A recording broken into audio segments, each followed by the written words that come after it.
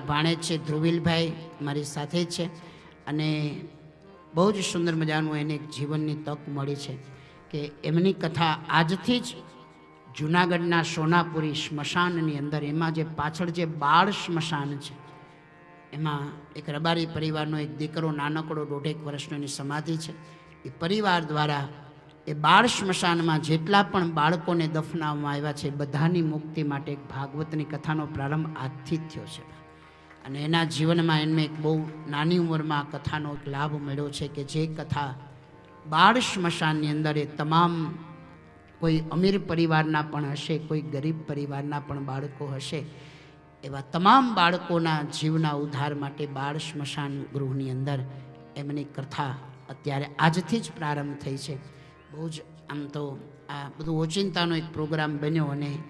અમે સ્મશાન ગૃહમાં કથા કરી છે. આવો લાભ પણ લગભગ અમારા સિવાય